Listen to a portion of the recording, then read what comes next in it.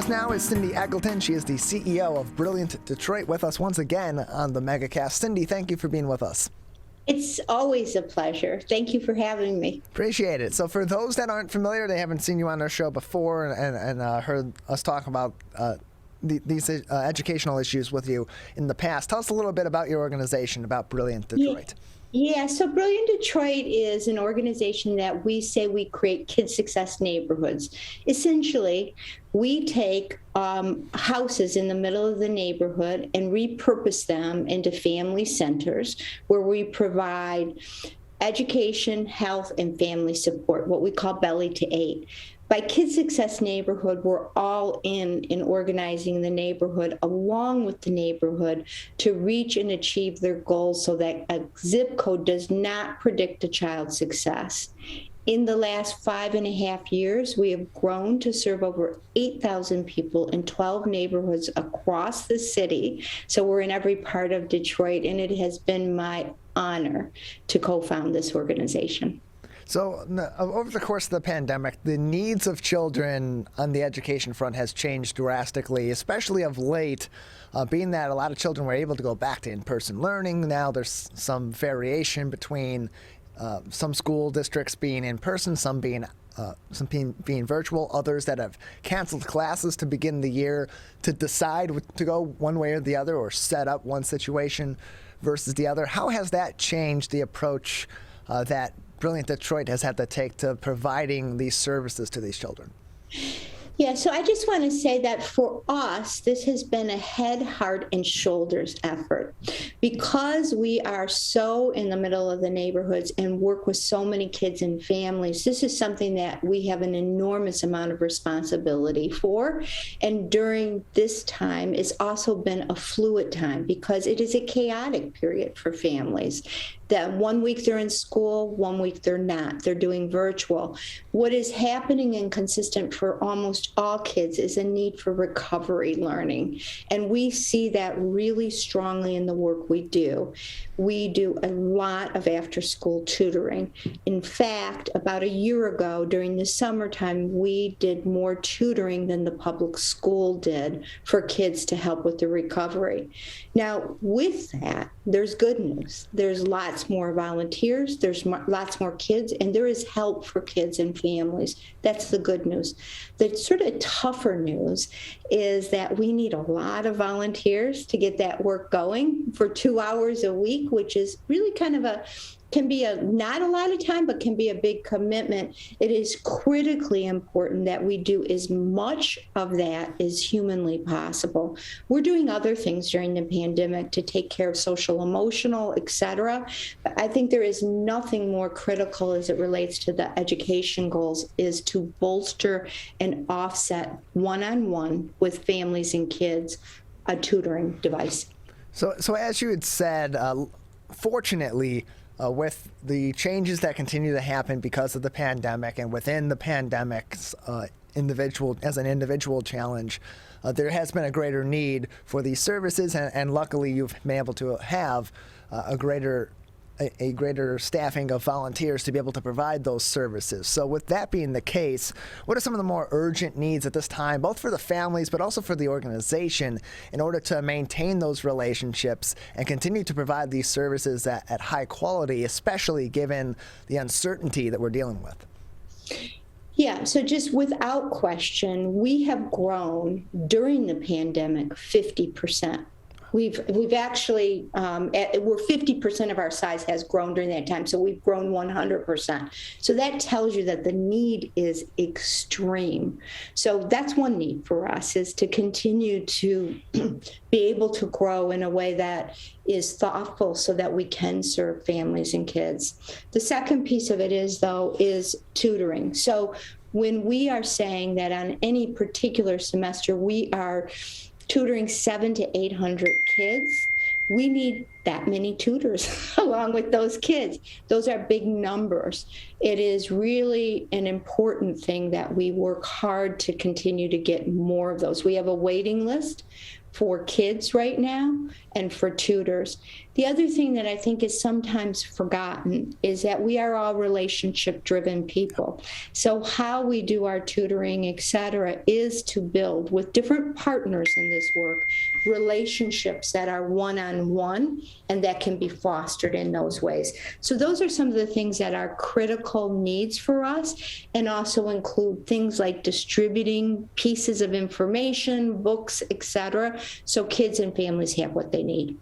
And so, we're joined by Cindy Eggleton. She is the CEO of Brilliant Detroit, joining us on the MegaCast. You can learn more information about how you can support the organization, including volunteering, and learn more information as well as read their blog on their website, brilliantdetroit.org. Again, that is brilliantdetroit.org. And so you mentioned that there's a big focus at this moment in time on recovery education. There continues to be that big focus because of the, for lack of a better term off the top of my head, learning loss that's been experienced during the pandemic, and because of the circumstances that differ from one child or one family to another, in one neighborhood to another. With that being the case, what are some of the more common programs that are being undertaken at the Brilliant Detroit locations at this time?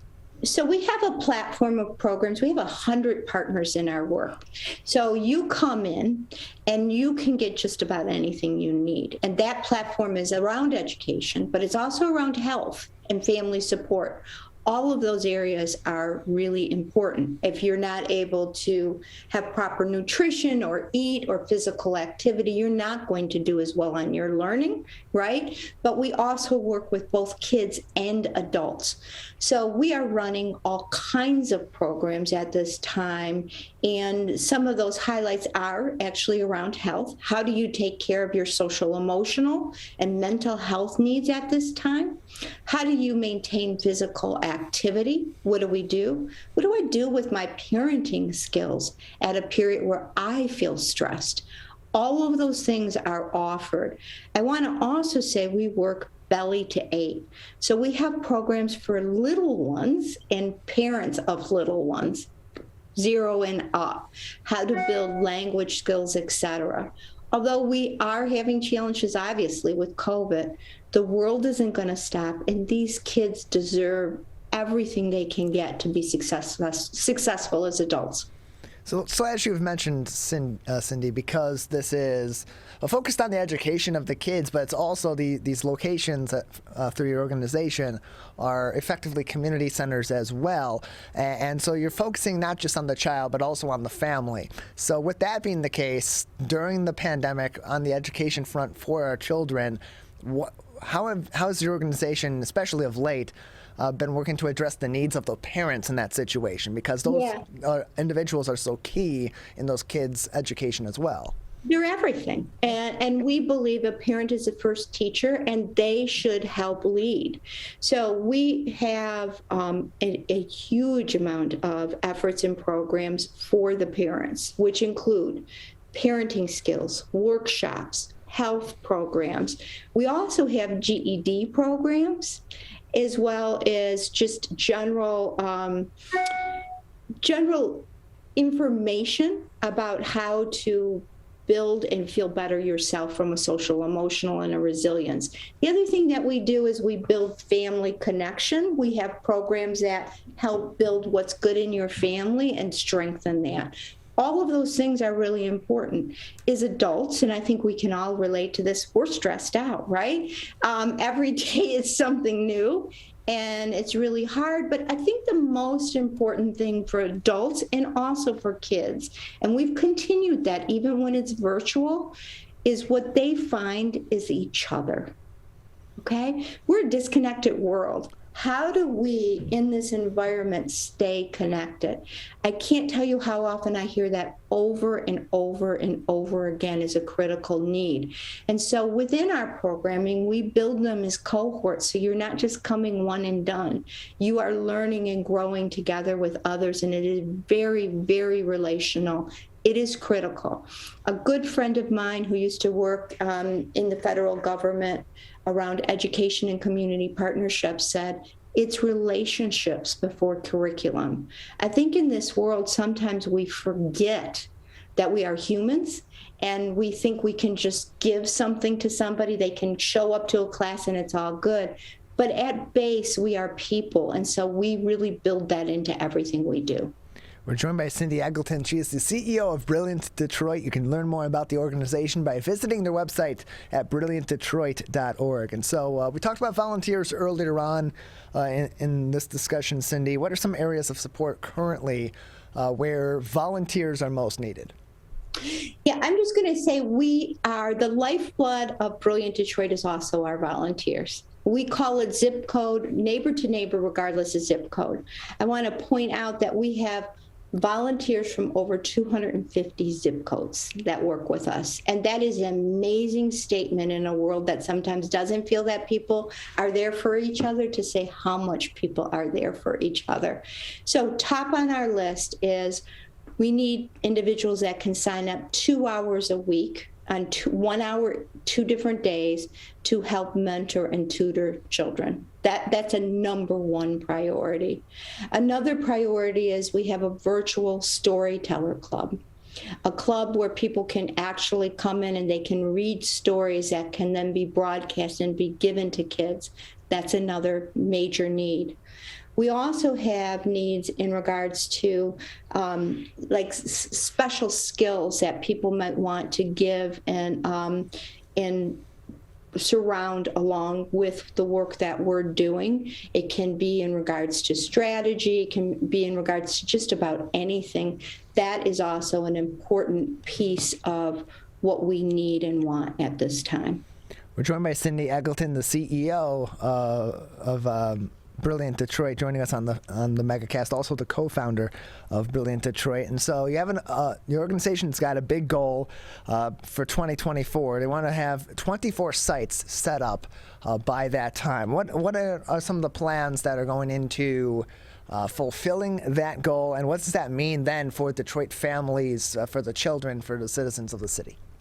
Thank you for that question, and I think that's the piece that makes me most excited. I am truly in my purpose right now. I think the big piece is how do we fundamentally provide opportunity so that Detroiters' lives are changed?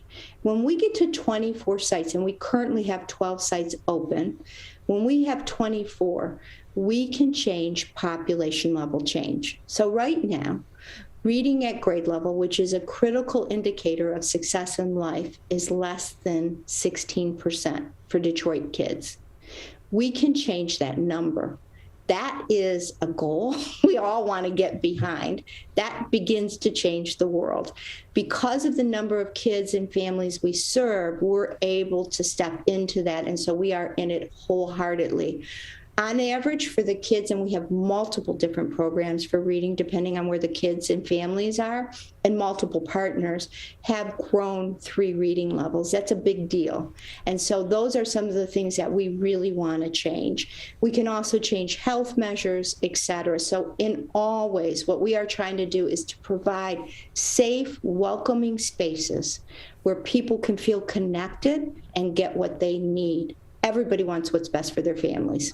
Cindy, we appreciate your time. Thank you for telling us more about your organization, some of the future goals, and giving us some insight into the continued challenges of providing quality education to our kids, given the circumstances we're under with the ongoing pandemic. Thank you. And anybody can get more information or reach out via info@brilliantdetroit.org or visiting our website. I really appreciate being on here.